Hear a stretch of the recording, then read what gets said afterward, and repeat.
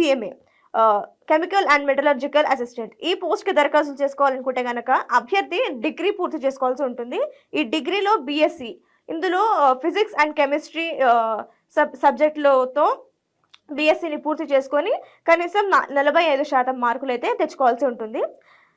అయితే ఇది విద్యార్హతల వివరాలు. ఇక్కడ అభ్యర్థులు గమనించాల్సిన మరో ముఖ్యమైన విషయం ఏంటంటే, డిగ్రీ అంటే వారి విద్యని అయితే వారు పూర్తి చేసుకోవాల్సి ఉంటుంది. అంటే కంప్లీట్గా వారి రిజల్ట్స్ కూడా రావాలి.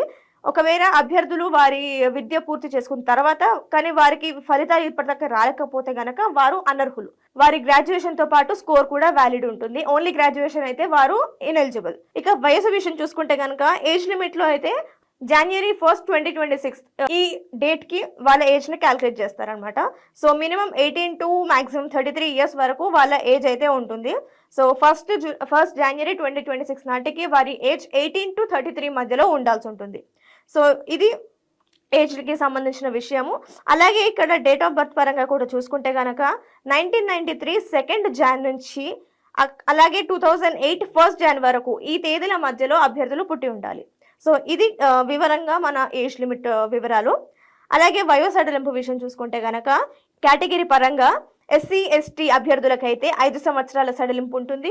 అలాగే OBC కేటగిరీకి చెందిన వారికి అయితే 3 సంవత్సరాల సడలింపు ఉంటుంది. ఇక PWBD విషయంకి వస్తే కనుక 10 నుంచి 15 సంవత్సరాల వయో సడలింపు అనేది ఉంటుంది.